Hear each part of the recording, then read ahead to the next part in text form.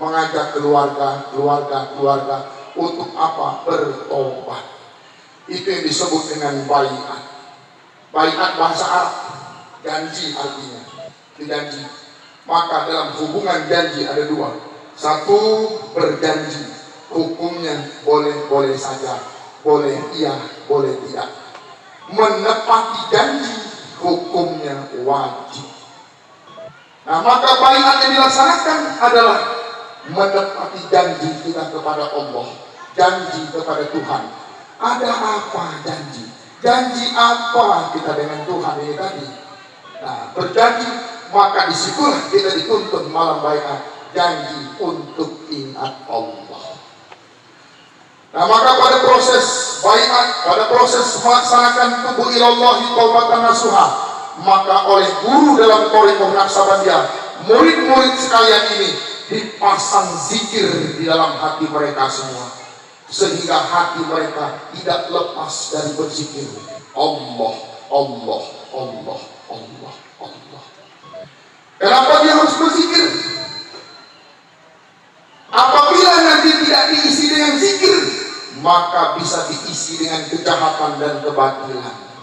Sebab dalilnya tidak ada revisi, tidak akan ada perubahan. Inna fil jasadi mudghah, dalam tubuh manusia ada segumpal darah.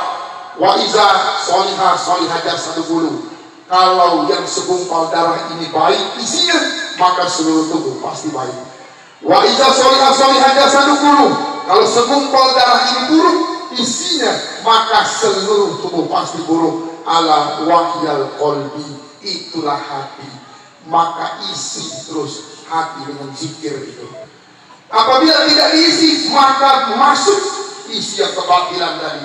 Nah, bila masuk isi kebatilan, nah sudah, inilah akhirnya yang membuat batin tersiksa. Begitu ya. Ya, contohnya begini, ini contoh. Orang kerja dari pagi sampai sore, dari pagi atau sampai malam kerjanya, sampai sore. Kerja dari pagi sampai sore. Yang dicari apa? Cari uang. Uang itu apa? Rezeki. Nah, maka ini gunanya berzikir. Nah, ini melakukan dosa, bisa korupsi. Ini sebabnya. Kenapa? Karena merasa kurang, tidak pernah mendapatkan rasa cukup. Nah, inilah salah satu penyakit ya. Kalau malam baiat itu sudah dijelaskan tepatnya tuh, latifatul ruh tuh. Ya, maka akhirnya tamak, rakus, bakhil, serakah itu muncul. Nah, maka inilah akhirnya. Begitu sudah kita bertobat, maka tugas kita adalah mensucikan diri. Apa yang harus disucikan? Apa yang Tuhan lihat pada diri kita? Kalau Tuhan lihat otak kita, bersihkan otak kita. Kalau Tuhan lihat badan kita, daging kita, bersihkan daging kita. Kalau Tuhan lihat darah kita, bersihkan darah kita. Tapi bukan itu. Aku tidak lihat tubuh kamu, aku tidak lihat warna kulit kamu. Yang aku lihat hati kamu. Maka sucikan hati kita tadi. Cara mensucikan hati, segala sesuatu ada alat penyucinya. Likuli sayin sokola. Mau apa yang disucikan? Ada alatnya, ada caranya. Wasukolatul qalbi zikrullah, maka tidak ada cara lain. Kalau ingin mensucikan qalbu, maka sucikan dengan zikrullah. Jadi tahu ya kenapa kita harus zikir. Udah zikir saya guru sebulan, 2 bulan, 3 bulan, tapi tidak masuk majelis zikir, sama aja. Kenapa? Karena tidak cukup sekedar zikir yang dipasang, dia mesti ada powernya, ada bensinnya tuh, ya, ada pendorongnya tuh, ada pembakarnya tuh. Nah begitu zikir sudah dipasang dalam hati, masuk zikir Allah, Allah, Allah, tapi kosong, seperti motor nggak ada bensinnya, mana jalan? Mobil kehabisan bensin, nggak jalan. Mau sebagus apa itu kendaraan, kalau bensin tidak ada, stop, ya, tidak jalan. Haji bisa stop nanti. Nah lalu apa bensinnya? Fahuwa ala nurin mirobi, Az-Zumar 22, cahaya Allah yang dimasukkan ke dalam lubuk hati. Itu disebut nur iman, nur Islam, nur tauhid, nur ma'rifat. Nah ini cahaya, maka hati itu perlu cahaya, lalu dipasang zikirnya. Nah inilah kenapa ada majelis kita hadir, terus datang, terus datang. Nah ini hasil buktinya. Ini kalau nggak kita zikir, kemudian tidak datang majelis, mungkin belum tentu bisa hadir kita. Nah ini wajah-wajah tekun beramal ya, tekun ya. Oh ini harus tekun gitu ya. Nah jadi pertahankan. Ingat, zikir itu sampai batasnya, belum tentu untuk diri kita. Ya ada keperluan lain, ada tugas lain. Kalau untuk diri kita hanya sekedar kuampul satu, belum wa ahlikum. Maka tugas kedua wa ahlikum.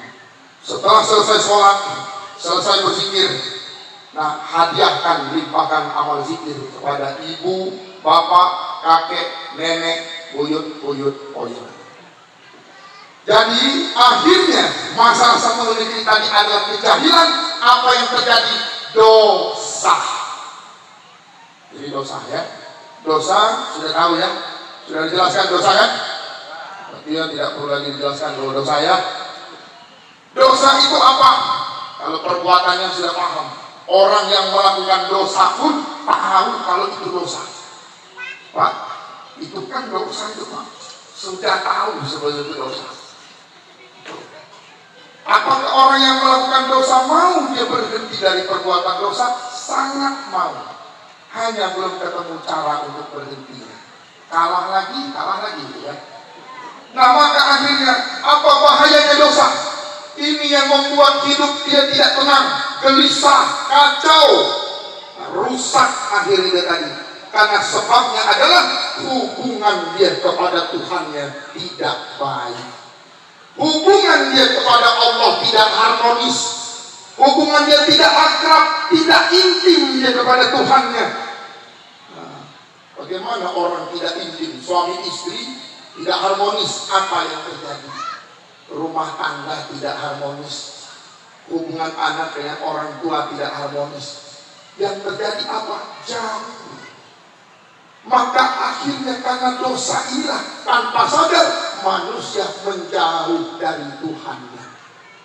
Nah tidak akrab, maka rusak hubungannya. Kemudian akhirnya alhamdulillah bertobatlah kita, dibimbing dituntun guru-guru kita melaksanakan tubuhillahi taubatan nasuha. Setelah itu zikir kita dituntun dibimbing berkalimah. Ada perjalanan kalimah zikirnya tuh untuk mensucikan dari hawa nafsu, dunia, iblis, setan, mazmumah, dan dosa. Nah, lalu kita sering-sering limpah amal kepada ibu, bapak, kakek, nenek, buyut, oyang. Ibu, bapak, mertua, kakek, nenek, mertua, buyut, oyang, mertua. Kalau calon mertua belum ya? Calon mertua belum? Itu nanti kalau sudah jadi mertua baru limpah amal, doakan. Jangan tidak mendoakan mertua, itu orang tua. Begitu ya. Nah, kenapa dia terus melimpah amal? Ternyata begitu sudah hubungan rusak dengan Tuhan. Lihat orang-orang yang hidupnya bermasalah. Apa sebetulnya penyebab lain selain rusak hubungannya kepada Tuhan? Rusak hubungan pada orang tuanya. Nah ini rusak. Maka bertobat kita sering mendoakan.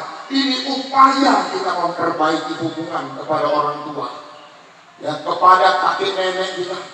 Ini cara kita menyelamatkan, bukan sekedar memperbaiki hubungan.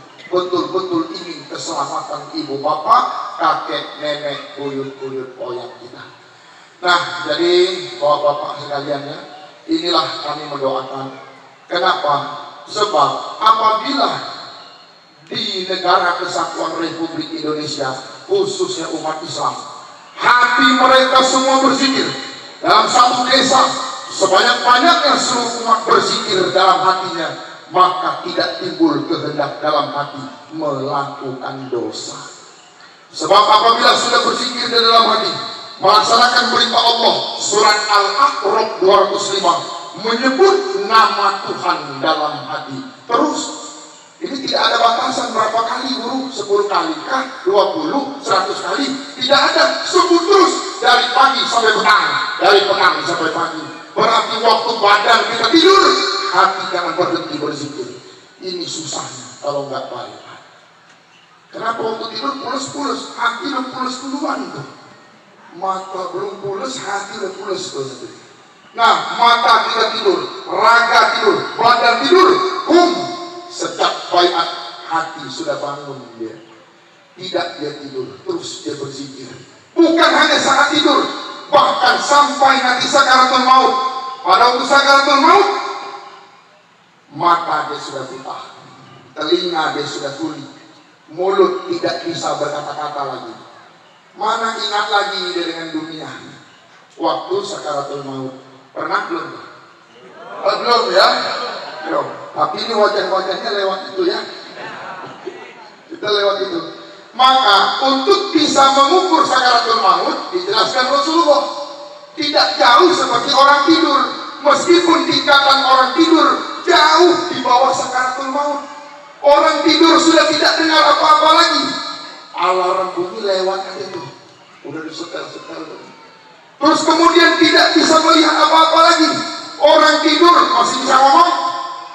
Masih bisa. Kalau orang tidur ngomong kenapa tuh? Sebut apa tuh?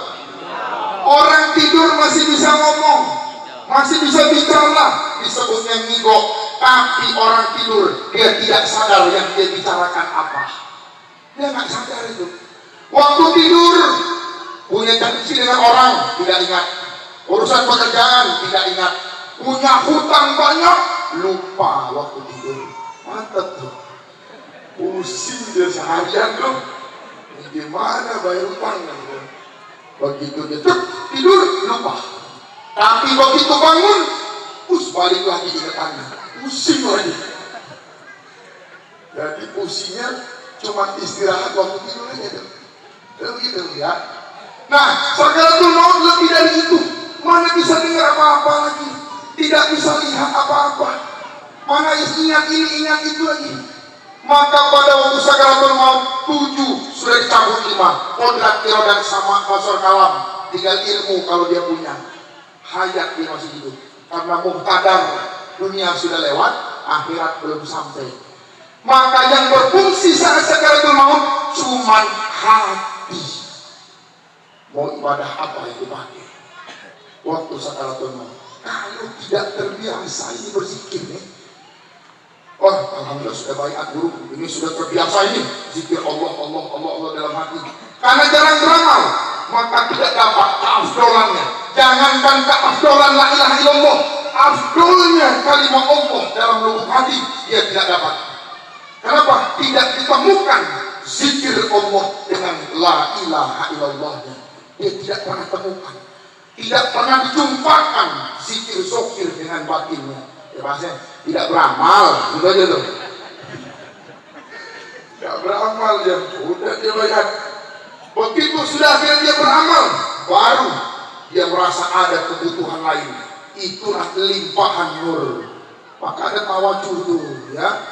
Limpahan nur iman, nur Islam, nur tauhid, nur ma'rifat. Ada tawajuh. Nah, inilah untuk semakin mempertajam zikir dalam hati kita. 2 bulan lalu kita baiat, 1 tahun lalu kita baiat. Berapa orang satu malam itu waktu kita bertobat? Masih ingat? Oh ingat ya?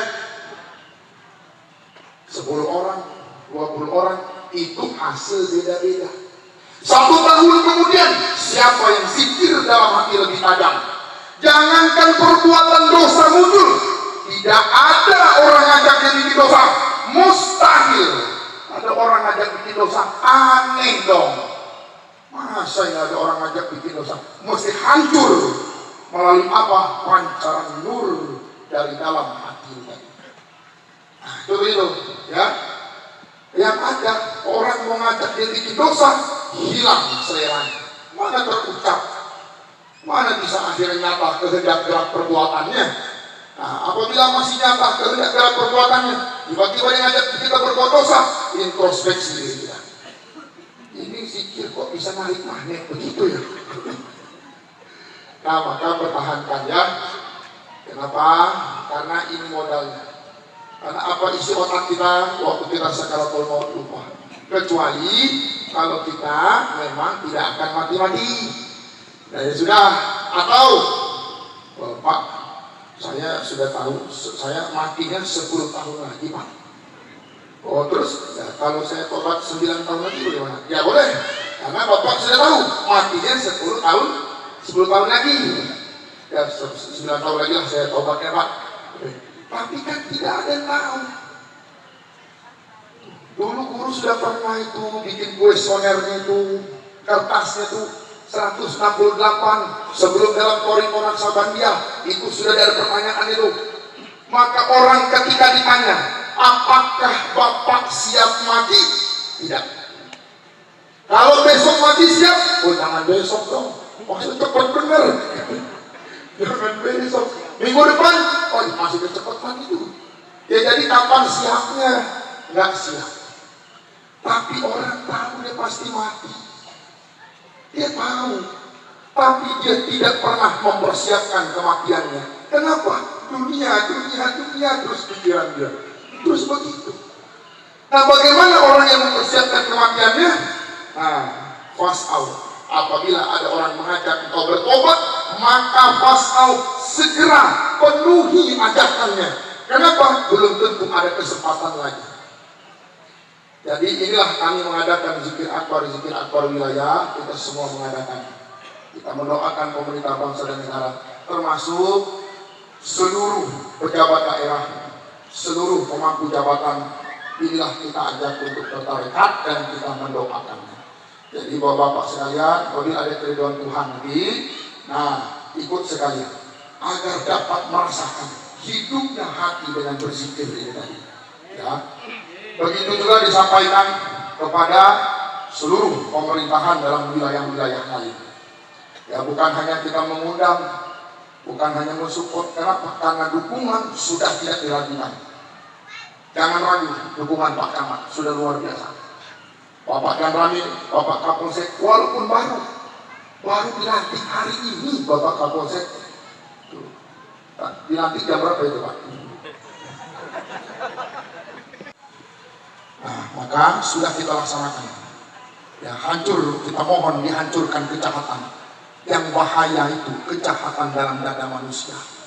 Nah, maka inilah kita doakan agar dihancurkan seluruh kejahatan dan kebatilan. Apabila kejahatan dalam dada manusia hancur, nah barulah tidak timbul kehendak melakukan dosa, baru tegak hukum di dalam dada manusia. Buktinya patuh dan taat dengan hukum yang berlaku di negara Kesatuan Republik Indonesia. Sebab hukum dalam satu negara, hukum di negara kita ini adalah realita dari hukum Tuhan. Begitu ya.